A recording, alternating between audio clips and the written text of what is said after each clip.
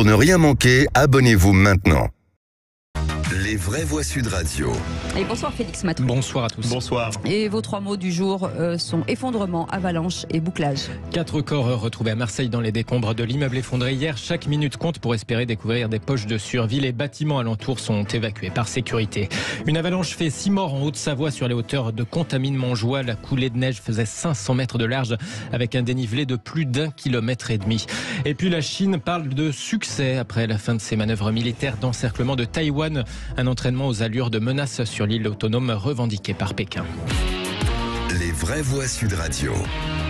Mais commençons par le terrible bilan de cette avalanche dans le massif du Mont Blanc. 6 personnes ont péri. Les skieurs pris dans la coulée de neige participaient à une randonnée à ski sur une voie pourtant classique du massif. Il faisait beau, il n'y avait pas spécialement d'alerte météo. 500 mètres de largeur, la coulée de neige impressionnante est survenue sur le glacier d'Armancet, sur les hauteurs de Contamine-Montjoie. Pour en parler, nous sommes en ligne avec le lieutenant-colonel Bertrand Host. Bonsoir. Bonsoir. Merci d'être avec nous dans les vraies voix sur Sud Radio. Vous commandez le peloton de gendarmerie de haute montagne de Chamonix.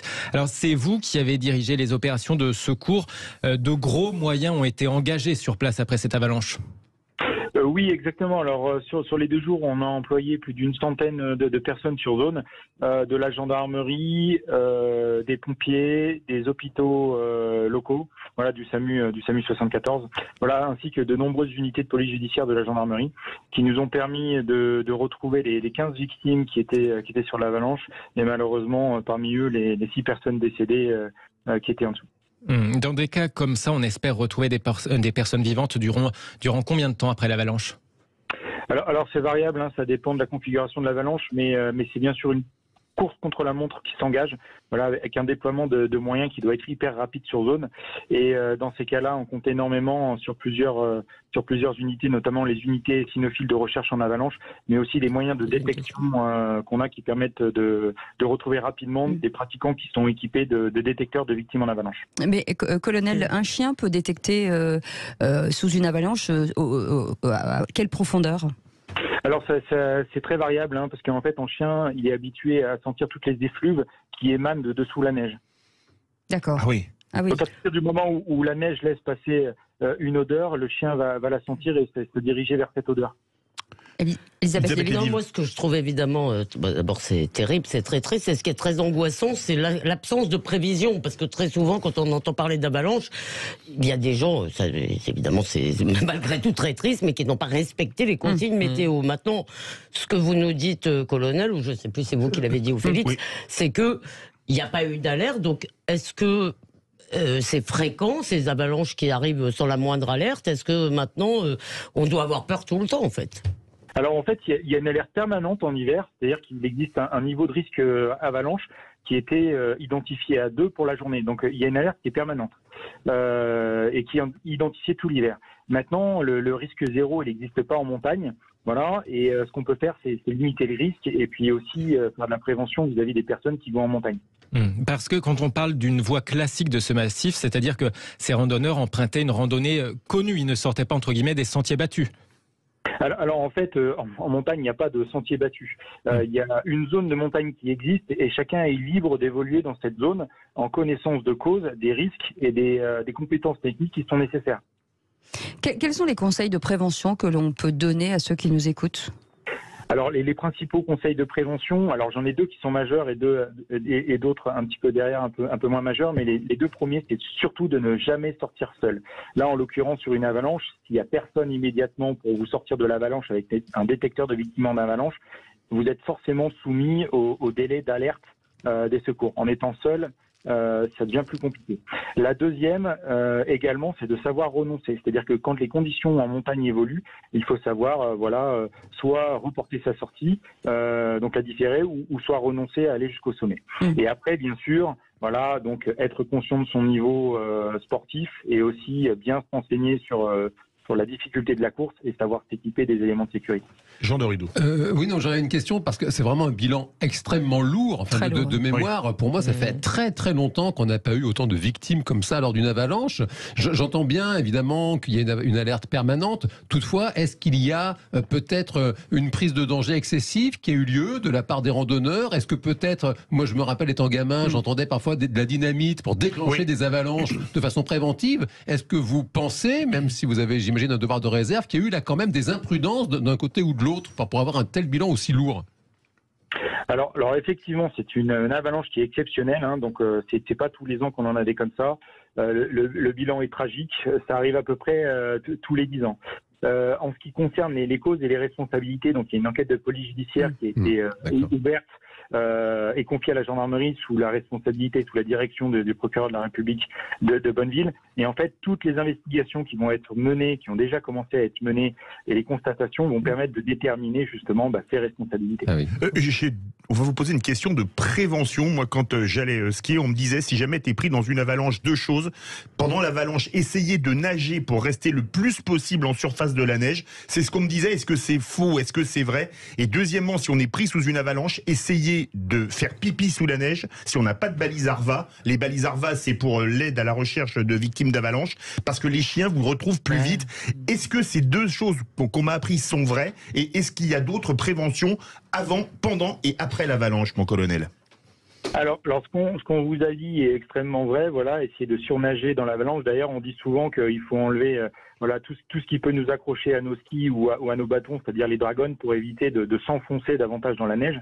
Donc voilà, surnager, c'est vrai. Après, selon le type de neige, c'est pas toujours facile. Quand vous avez de la neige dure avec des gros blocs, la neige a tendance à provoquer des traumatismes. Et voilà, c'est difficile de surnager. Ensuite, pour effectivement le fait d'uriner sous la neige, comme je vous l'ai dit tout à l'heure, les chiens sentent toutes les effluves humaines qui ressortent sous la neige à partir du moment où la neige peut laisser passer ces effluves. Donc ils font bien la différence entre les odeurs qui sont au-dessus à la surface de la neige et celles qui proviennent d'en dessous. Voilà, donc c'est effectivement vrai. Ensuite, ce qu'on peut faire avant, pendant et après, alors pendant on en a un peu parlé, mais avant, il peut être intéressant de bien s'espacer quand on rentre sur des pentes de neige qui peuvent être un peu plus chargées et qui pourraient être plus exposé. Donc effectivement, aussi ne garder qu'une des bretelles de son sac pour pouvoir rapidement se libérer de son sac, enlever les dragons de ses bâtons et déverrouiller les fixations de ses skis, les déverrouiller un peu plus. Voilà, à l'issue, après l'avalanche. Donc ça dépend bien évidemment de savoir si vous êtes pris dans l'avalanche ou à l'extérieur de l'avalanche. Oui. Comme je vous l'ai dit, c'est hyper important de ne jamais être seul parce qu'en fait, la personne qui va donner l'alerte, c'est celle qui sera à la surface. Et la première personne qui va faire du sauvetage, c'est celle qui sera à l'extérieur de l'avalanche avec son détecteur de victimes en avalanche. À savoir qu'au-delà d'un quart d'heure pris sous une avalanche, on perd 50% de chances de survie.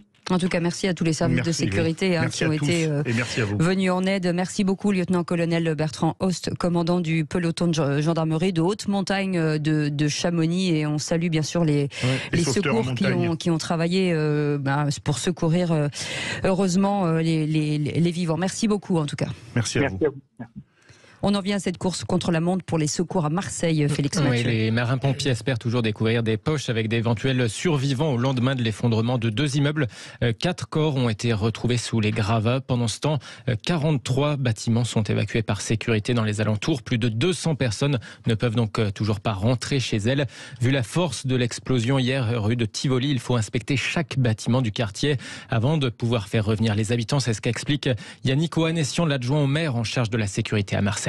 En fait, le quartier du Camas, globalement, a été impacté, soit par des bris de vitres, de glace, soit par des garages qui ont bougé, des ouvrants de fenêtres aussi qui ont subi des dégâts. C'est tout le travail qui a été engagé dès d'ailleurs la nuit de samedi à dimanche, puisque jour et nuit, les services de la ville, les services techniques sont mobilisés pour y apporter évidemment un diagnostic bâtiment par bâtiment pour regarder si la structure a bougé. Évidemment, la déflagration, le maire Pierre l'a rappelé, a été d'une violence inouïe.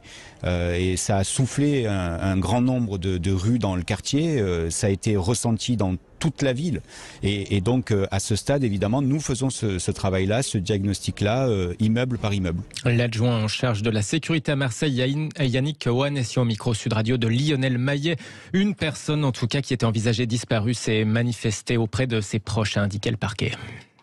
Un mot, Elisabeth Lévy. Ça, c'est terrible. Ce qui me frappe, en fait... non, micro fermé. Ce qui me frappe dans cette histoire, bon, alors évidemment, on ne sait encore rien, mais l'hypothèse qui a l'air partagée par beaucoup de gens, c'est celle d'une explosion au gaz, dont on ne sait d'ailleurs toujours rien.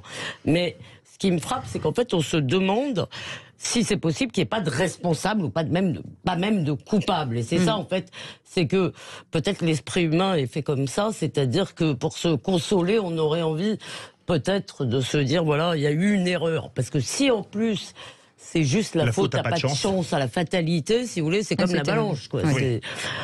C'est difficile à faire changer. Oui, pardon, mais je trouve que c'est justement, même si c'est deux événements tragiques qui sont très différents les uns des autres, évidemment, on peut un peu les mettre en parallèle. Parce que moi, je suis sur la montagne, moi je connais assez peu l'univers du ski, mais en revanche, je connais assez bien la montagne pour la fréquenter plutôt l'été. Et c'est vrai qu'il y a quand même des risques du simple fait d'aller en montagne. Moi, je me souviens, on allait avec ma tante le matin, et en fonction effectivement du temps, parfois on pouvait renoncer parce qu'il pouvait y avoir ensuite un risque d'être pris dans une situation compliquée qui pouvait nous mettre en risque personnellement. Et sur la question de l'effondrement, c'est pareil. C'est-à-dire qu'à un moment donné, c'est des risques qui sont inhérents et qui sont difficiles effectivement à supprimer. C'est ça aussi le tragique de l'existence. Absolument.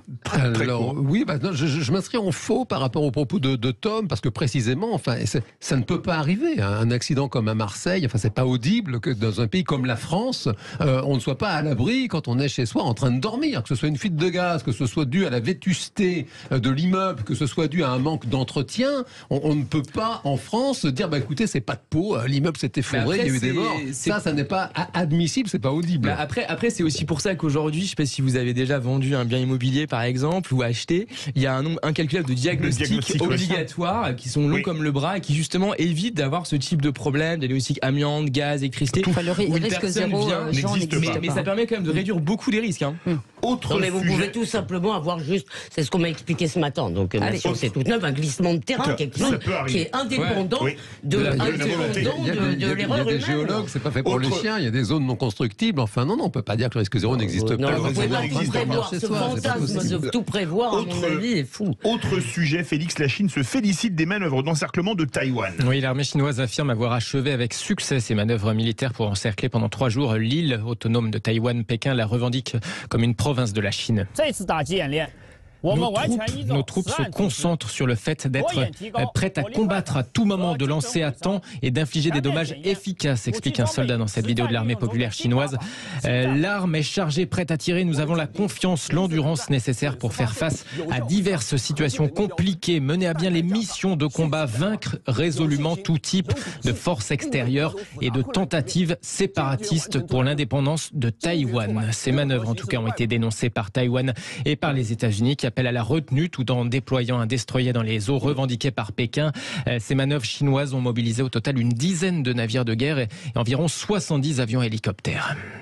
Je me demande parfois si nous ne sommes pas devenus une province, parce que en réalité, si vous voulez, tous les bulletins d'information depuis 2 jours auraient dû ouvrir là-dessus et traiter en grand, en long, en large et en travers ce qui est en train de se passer. Alors, il est vrai que ça n'est pas les Chinois jouent avec nos nerfs sur cette question de Taïwan. Là, il s'agit de manœuvres, il ne s'agit pas d'une guerre. Mais en même temps, à force d'entendre, si vous voulez, on a fini par s'habituer à cette menace d'une guerre chinoise contre Taïwan. La Chine n'a toujours pas reconnu, évidemment, l'existence de Taïwan. D'ailleurs, très peu de pays l'ont reconnu, en vérité. Et donc, je pense que là, il se joue peut-être quelque chose de très important. Et surtout, encore une fois, surtout vu le nombre de bases américaines qu'il y a dans la région. Allez, vous restez... Enfin, le problème, ce ne sont pas les Américains, pardon. Allez, c'est bon, on y va.